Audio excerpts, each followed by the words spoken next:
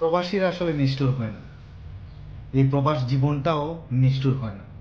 শুধু নিষ্ঠুর হয় প্রায় প্রবাসীর পরিবারের মানুষ, প্রায় প্রবাসীর আপনজন। একটা বারের জন্য হলেও ওই প্রবাসীকে বলে না, যাহা ছেলেটা আমাদের জন্য কত কিছুই না করছে।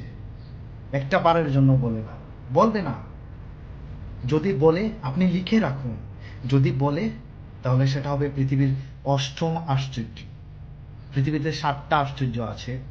যদি এইরকম কথা কেউ বলে থাকে কোনো প্রবাসীকে, যে আহা আমার প্রবাসী ছেলেটা, আমার প্রবাসী ভাইটা আমাদের জন্য কত না কিছু করলো, তার জীবনটা শেষ করে দিল, এইরকম কথা যদি কেউ বলে, সেটা অষ্টম আশ্চর্যের খেতাব অর্জন করবে।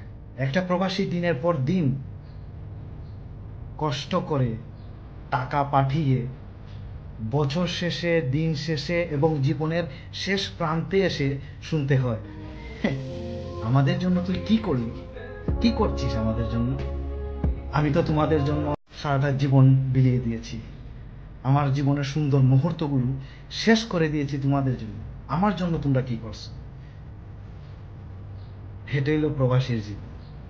এটা বললেও বুঝাইতে পারবো না, আর বললে আপনিও বুঝবেন না।